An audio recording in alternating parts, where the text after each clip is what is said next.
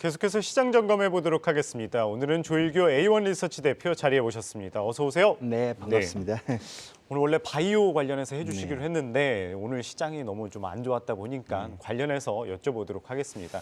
장중 2200선도 붕괴가 됐어요. 정말 새해부터 우리 시장 정말 힘든데 오늘 빠진 이유 어떻게 바라보십니까? 아무 이유 없습니다. 그냥 변동성입니다. 예. 제가 원래는 바이오 하려고 이제 연말에 굉장히 준비를 많이 했거든요. 근데 이제 오늘 2200 이 장중에 딱 무너질 때 저는 사실 아무런 감이 없었는데 우리 시청자분들이 굉장히 좀 불안해할까 봐 한번 짚어주자라는 또 제작진과의 의견이 있어서 일단 그거부터 먼저 얘기를 좀 하고 갈게요. 자, 여러분들 잘 보세요. 이렇게 시장이 어려울 때 있잖아요. 이럴 때는 본질만 체크하시면 돼요. 그러니까 뭐 굉장히 많은 것들을 끌어와서 그걸 막 복잡하게 분석하고 이러면 답이 안 나옵니다. 그래서 왜 월가의 그 전설적인 투자자들이 항상 하는 얘기가 그거잖아요.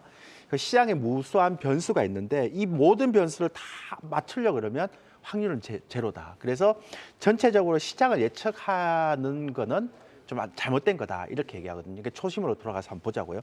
자, 준비한 자를 보면 월별 수출 전가율, 이제 12월 달 수출 전가율이 나왔는데 이거 한번 보고 제가 말씀드릴게요. 보시면 작년에는요. 수출 전가율이 40%, 30% 막 이렇게 됐는데 외국인들이 계속 팔았어요. 그러면 고점이죠. 비싸죠. 그렇죠. 그러니까 이렇게 수출 전가율이 40%, 30% 나오는데도 외국인들이 계속 팔았다는 건 뭔가 이게 고점이라는 시그널이 나온 거 아니에요. 그죠? 근데 보세요. 지금 11월 달에 마이너스 14 찍고 12월 달에 마이너스 9.5로 올라갔죠. 그리고 올라갔네요. 역대 마이너스 14, 40에서 13, 54% 빠졌죠. 그런데 지금 3분기, 4분기에 지금 외국인들이 10조를 샀어요. 그러니까 작년에 수출 전가율이 40%일 때는 외국인들이 엄청 팔았고 지금 마이너스 14 찍고 마이너스 9 찍을 때는 외국인들이 10조를 샀다. 오히려 샀네요. 그러니까 이게 바뀐 게 없잖아요. 근데 이거 뭐가 겁이 나세요? 그러니까 제가 얘기했던 건 비쌀 때는 조심해야 되죠. 그래서 제가 작년 연초에는 되게 조심하자 그래요. 상반기 되게 조심하자 그랬는데 지금은 여러분들 이런 거 보시면 조심할 게 없어요. 그러니까 너무 과민하게 반응을 보여요. 두 번째 보실까요? 외국인들이 분기별 수급 현황을 보시면 보세요. 지금 3분기, 4분기, 작년 3분기, 4분기에 10조를 샀어요. 그리고 1분기 들어서 또 이제 이게 400억 정도, 이게 4조가 아니고요. 400억 정도 샀고요. 그다음에 코스닥 한번 볼게요. 코스닥 보면 코스닥은 지금 계속 팔고 있죠. 그러니까 코스닥하고 거래소하고 그 차별화가 좀 생기는 거지만 결국은 작년 그러니까 3분기, 4분기에 토탈에서 한 10조를 샀어요. 10조를. 그리고 아까 수출 증가율도 마이너스 14 찍고 마이너스 9로 찍었잖아요. 그 작년하고 달라요. 겁낼 필요가 없어요. 단 뭐냐면 경기가 좀 안 좋다 보니까 시장이 고점과 저점의 가치 있는 박스권 장세이기 때문에 이런 문제가 생기는 거예요. 근데 제가 이 시간에 대해서 계속 말씀드렸잖아요. PBR 0.8배에서 겁내지 마라. 0.8배, 0.9배는 2100선이에요. 그게는 겁내지 말고 그냥 들어가시면 돼요. 그리고 또 하나, 금융투자의 인버스 2X 수급을 제가 오랜만에 보여드리는데요. 보시면 굉장히 많이 이익 실현을 하다가 지금 결국 또 12월 달 또 샀어요. 그 얘기는 뭐냐면 금융투자의 인버스 2X가요. 보세요. 지금 7천억을 샀잖아요. 팔았잖아요. 이익 실현 했잖아요. 근데 12월 1월 달에 4천억을 또 샀죠. 샀네요. 그럼 만약에 시장이 계속 위쪽으로만 올라갈 것 같으면 12월, 11월도 팔아야죠. 근데 7천억 팔았다가 4천억 샀잖아요. 그러니까 아직까지는 정확한 통화 정책도 안 나오고 이러니까 박스권에 딱 가려 있다 이런 형태의 흐름을 보는 거예요. 그리고 마지막으로 신용융자 잔고 한번 보세요. 보면 이게 제가 지난번에 1조 2천억 올라갈 때 그리고 12월 달에 개별적 막 올라갈 때 제가 여러분들한테 말씀드렸죠. 이거 12월 달에 끌어올려 갖고 빼려고 하는 거다. 기관들이. 그 얘기를 했잖아요. 근데 결국 1조 2천억 올렸다가 신용융자 8천원으로 다시 들어졌어요. 이 과정에서 개별적 엄청나게 들어졌잖아요. 2,400에서 2,500에서 2,100까지 오늘. 그러니까 이런 형태를 한번 보면 변동성 장세지 시장에 대한 부분들을 가장 초심으로 형태를 딱 봤을 때는 변동성 장세지. 근데 시장에 대한 부분들을 막 흔들고 이렇게 너무 불안해하지는 말라. 그래서 올해 제가 매번 얘기하는 게 뭐냐면 올해는 지수를 보는 장이 아니다. 종목을 보는 장이다. 그래서 지수에 너무 신경 쓰고 너무 두려워하고 이러면 올해 종목이 잘 안 보여요. 왜냐하면 매년 보세요. 작년에도 그렇게 안 좋았던 연초부터 계속 떨어졌던 시기에도 상반기에 스타 종목이 나왔고 하반기도 금양 같은 종목이 나왔단 말이에요. 예. 양지사 같은 종목도 나오고 한미그로 같은 종목도 나오잖아요. 그러니까 여러분들은 작년보다도 올해 훨씬 더 박스권에 갇히는 장이라면 올해 스타 종목이 뭔지를 잡을 생각을 해야지 왜 자꾸 지수에 대해서 자꾸 이렇게 공포감을 느끼고 그렇게 생각하십니까? 그러니까 그런 건 제가 볼 때 바른 전략이 아니다. 지금 외국인들의 수급과 전체적으로 수출 증가율 이런 것들이 크게 무너지지 않은 상태라면 그냥 2,100에서 한 2,400, 500 사이의 박스권, 하반기에는 2,600 이렇게 예. 보고 가시는 게 맞다라는 생각이 듭니다. 예, 뭐 말씀하신 거 이제 정리하자면은 이제 변동성 장세 속에서 이제 지수보다는 이제 개별 종목에다가 이제 접근을 해야 된다 이렇게 요약해 볼 수 있을 것 같은데요.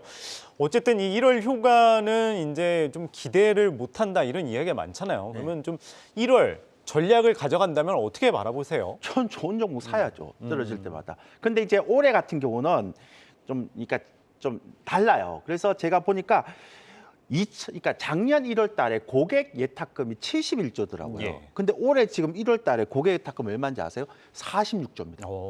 그러니까 1년 예. 만에 거의 막 20조, 30조가 빠져나가는 거죠. 왜냐하면 금리 때문에. 그러면 종목들이 시장의 탄력성이 막 붙고 이럴 수 있을까요? 없단 말이에요. 그래서 올해 2023년도의 특징이 뭐냐면 가는 종목만 가는. 그러니까 종목 차별화가 심화되는 장세. 왜냐하면 고객 예탁금이 없으니까. 그리고 유동성이 줄어버렸으니까. 그래서 바이앤홀드보다는 아무래도 그 순환매 장세가 나올 것 같고요. 예. 그다음에 최근도 보면 이제 1월 달 들어서 보시면 아시겠지만 예전에는 IT주가 계속 떨어졌다면 이제는 IT주도 종목별로 달라지잖아요. 맞습니다. 그러니까 성장성만 얘기하고 숫자가 나오지 않은 IT와 실제 실적과 결과가 나오는 종목들이 달라질 수 있다는 거예요. 그러니까 예전에는 성장률의 멀티플만 따졌지만 이제는 성장률보다는 성장에다가 실적이 되는 쪽은 잘 견디고 있고 예. 그러지 못하는 종목들은 성장률라도 막 빠지는 형태가 있죠. 그리고 월별 이벤트를 많이 봐야 됩니다. 이게 단기 모멘텀을 봐야 되는데 제가 그렇게 해서 2023년 1분기 관심 업종은 계속 제가 여러분들한테 말씀드리잖아요. 중국 소비 관련주, 리오프닝 얘기 쓰지 마시고 이거 나중에 다시 한번 설명드릴게요. 예. 그다음에 저평가 우량주, 현대차 그룹 보세요. 제가 작년에 배당도 있고 이거 받아가야 된다 그러는데 그쵸? 끝나자마자 1월 달에 우리 연휴 때 또 호재 나와서 맞습니다. 예. 그러니까 이렇게 싼 종목들이 굉장히 많거든요. 그러니까 이렇게 싼 종목들은 사놔야 됩니다. 지주회사 같은 경우는 제가 바이오 오늘도 보면 인플레이션 해치 산업에 삼성전자가 레인보우 로보틱스 590억 제3자 유상 변작 나오잖아요. 예. 그러니까 이런 거 보면 이제 임금은 계속 올라가잖아요. 그러다 보니까 이제 앞으로는 스마트 팩토리나 로봇 사업 제가 예전에도 말씀드렸지만 그런 것들과 관련해서 이제 관심이 굉장히 많이 있을 거예요. 왜냐하면 임금은 한번 올라가면 이제 하반 경직성이 있어요. 잘 안 떨어지거든요. 예. 그러니까 이런 것도 이제 인플레이션을 한 9% 찍고 나서 사회의 트렌드가 바뀌는 거하고 똑같으니까요. 엔터 컨텐츠 이런 게 있는데 제가 오늘 바이오에 대해서 얘기를 좀 드리려고 그랬는데요. 예. 다음 주에 드리겠지만 오늘은 큰 경향만 얘기 드릴게요. 여러분들이 이제 바이오 그러면 뭐 제가 시간이 좀 부족하면 얘기를 좀 하세요. 예, 제가 알겠습니다. 끊을게요 중간에. 예. 제가 그냥 큰 흐름만 얘기 드리면 아마 다음 주부터 이제 그 제피모먼 헬스케어 컨퍼런스 나오는데 그렇죠. 작년부터 확연하게 드러나는 게 화학 치료제가 있거든요. 그런 비중이 아직은 많지만 굉장히 작아지고 있어요. 그러니까 그거는 이제 레드오선이 된 것 같아요. 그럼 최근에 뜨는 바이오가 뭐냐면 세포 유전자 치료나 항체 치료제거든요. 예. 근데 항체 치료도 그냥 항체가 아니라 이중 항체 같은 ADC 같은 경우인데 제가 왜 이 얘기를 드리는가 하면 작년에 미국 바이오 섹터를 보면 빅파마라고 얘기하는 거죠. 신약이 굉장히 예. 굵직굵직한 마이너스 4% 떨어졌어요. S&P가 마이너스 19% 떨어졌잖아요. 그리고 그 바이오 섹터 중에 바이오팜이라고 바이오텍이라고 얘기하는 상대적으로 중소형 텍이 있는데요. 예. 45% 떨어졌어요. 그러니까 빅파마 4% 떨어지는데 바이오텍은 45% 떨어졌어요. 과하죠. 그러니까 올해는 여러분들이 만약에 바이오텍을 한다라고 얘기하면 예. 한국의 바이오텍 몇 종목 없으니 가지 마시고 미국 가세요. 해외 쪽을. 예. 해외 쪽 가세요. 제가 앞만 살펴봐도 한국의 바이오텍 종목들은 별로 없어요. 이게 이제 트렌드예요. 그 두 번째는 한국에서 기술 수출을 많이 했던 그러니까 기술 금액이 굉장히 많은 형태 그리고 임상 이상이 잘 나왔던 형태들이 대부분 다 제가 공통점을 잡아보니까 유전자 편집, 유전자를 또 조작해서 면역 치료제 가져오는 예. 거, 또 면역 치료제를 강화해서 보조 치료제 갖고 오는 거, 뇌질환하고 약물 항체를 이렇게 뇌로 이렇게 전달하는 거, BBB 셔틀 이런 거거든요. 예. 다음 주에 기대하세요. 제가 요런 거와 관련해서 바이오를 총체적으로 다 정리해 드릴게요. 오늘은 시장에 대해서 한마디만 하면 변동성이니까 신경 쓰지 마시고 종목만 제발 좀 올해 어떤 종목이 가는지만 좀 신경 쓰는 장세로 가자. 외국인 수급, 수출 예. 증가율 안 변하잖아요. 됐나요? 알겠습니다. 뭐 오늘 조금 시간 여유가 조금 그래요? 더 남아가지고 어. 그러면은 이제 이 바이오 쪽은 이제 다음 주에 이제 말씀을 예, 자세히 예. 해주신다고 그랬으니까 오늘 시장 관련해서 조금 더 그러면 여쭤보도록 네. 할게요. 어쨌든 종목 장세 말씀을 하셨잖아요. 그러면 그 가운데 좀 어떤 거를 더 유의 깊게 바라보면 될까요? 저는 좀 제가 말씀드렸지만 지금 굉장히 저평가된 종목들 중에 우량주 종목들이 되게 좋아요. 많은 예. 게 있어요. 그런 종목들을 좀 찾아야 되는데 이거를 제가 정리를 해서 얘기해 주는 게 좋지 않을까요? 그래서 제가 다음 주에 업종만이라도. 그 지주회사 제가 말씀드렸죠. 그리고 현대차 그룹주 굉장히 예. 좋고요. 그다음에 중국 소비 관련주도 보면 제가 지금 GDP를 보니까 올해 4% 예상하더라고요. 예. 근데 그걸로는 안 되거든요. 그 중국에서도 보면 이제는 수출 안 되잖아요. 그쵸. 그러면 내수를 밀어야 된단 말이에요. 그 소비를 밀을 수밖에 없다고요. 그러니까 자꾸 이제 8일 날부터 국경도 막 해제시키고 막 그렇게 하잖아요.